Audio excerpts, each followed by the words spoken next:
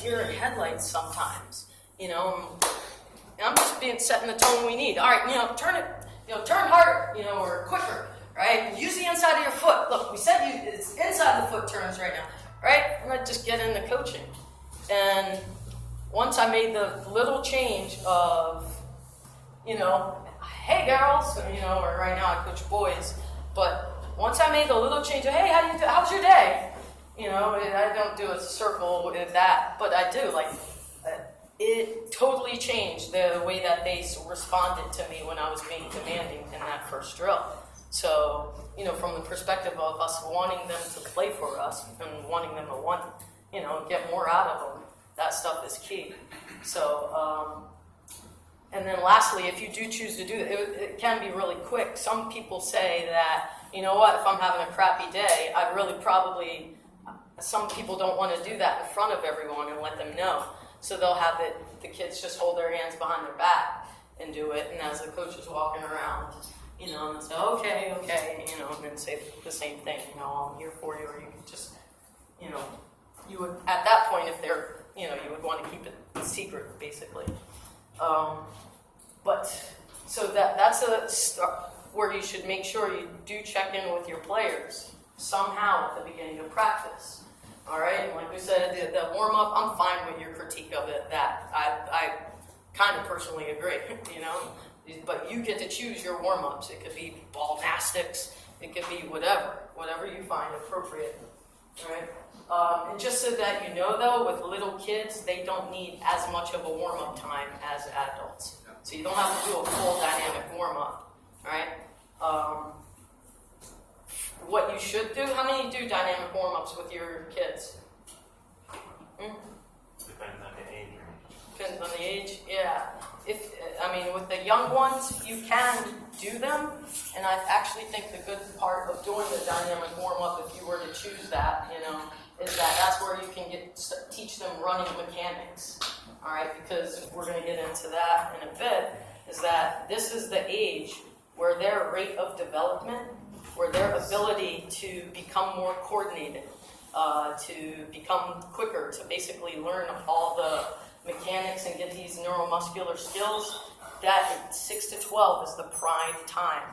And if you'll find, if someone is 20 years old and they don't know, they don't know how to use their left foot, they probably are going to have a way harder time figuring it out than that 6-year-old. So right now, my U10 boys team, I make sure I get that type of stuff, but we'll get into that after this next piece. So you should always have that check-in at the beginning, and you don't have to do it exactly like that, and then at the end, each day you want to have, I say, a little bit of a scrimmage there. So let's look at the steps.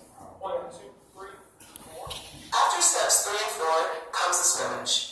Giving players a chance to scrimmage each practice is crucial, as it combines everything they have been working on at practice in a fun, game-like setting.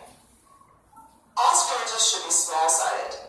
When space allows, everyone should be playing without the need for substitutions and sitting out.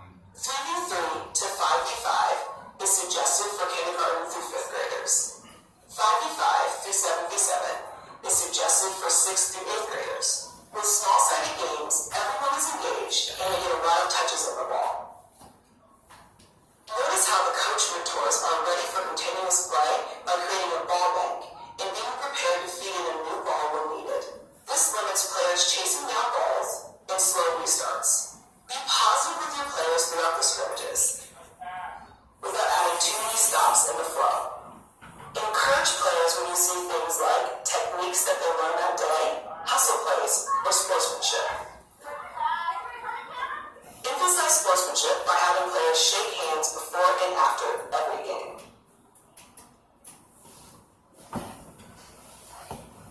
All right.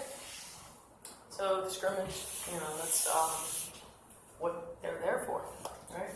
So one point to just reinforce is, and Stacey touched on it, but I think it is important for it, and she alluded to it in the context of about an hour or hour and a half, and it's a short time, and so we want to try and get as much done in the hour and a half. So we choose to cut out some things to get into the meat of the matter, make sure we're coaching. But I guarantee you, if you take the time before and after, it might be 2 minutes or it might be 5 minutes, to invest in the kids, and it's your relationship with them, it's your own way. You have videos going on where a school teacher, before a class starts, every child has a different way to greet that teacher. It's a high five, one is a dance, but it's your little thing that you have created with it. And I'm saying you're giving up 5 minutes or 2 minutes.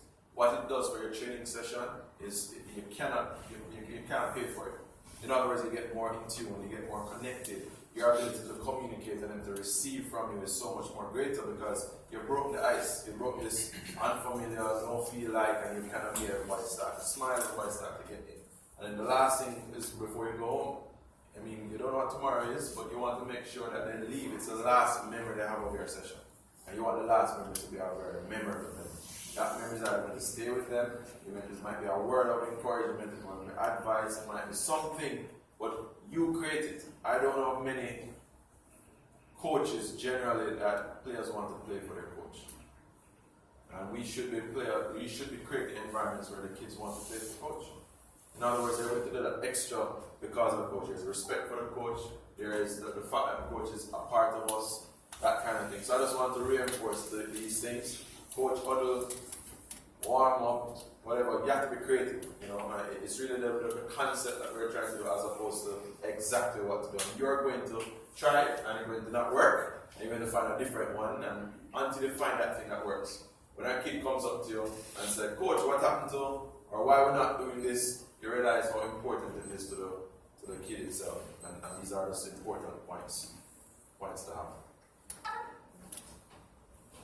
All right. We're going to talk about a couple of things to make sure that you have a successful practice, right? And basically, a successful practice is when everyone's engaged, like we said, like we've been talking about, safe. And successful practices, if you do them, kids are going to want to stay involved in the sport, right? So, in planning for success, in order to create a good experience at practice for everyone, we have what we call kind of a slanty line. We call it a slanty line. I think that comes from, like somebody said that they had kids run out from recess and they had to go running under a rope, and the rope was like maybe from, set low here, and on the other side set higher. So you have some kids that go under the lowest part, the hardest part. But some kids are going under the higher part, but so they pick, but that everyone's able to do it, right? And it's challenging. If they can handle the challenge, it's there. So that's what we're going to look at, making sure that our activities are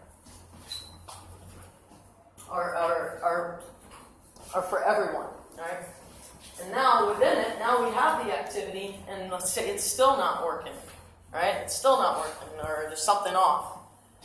These are the things that you can adjust in order to make it better. So rules. Who can give an example of a rule change that could changing the rules? Let's say one touch. Okay, one touch. Yeah. Okay, and it's not working. They say control 2 touches.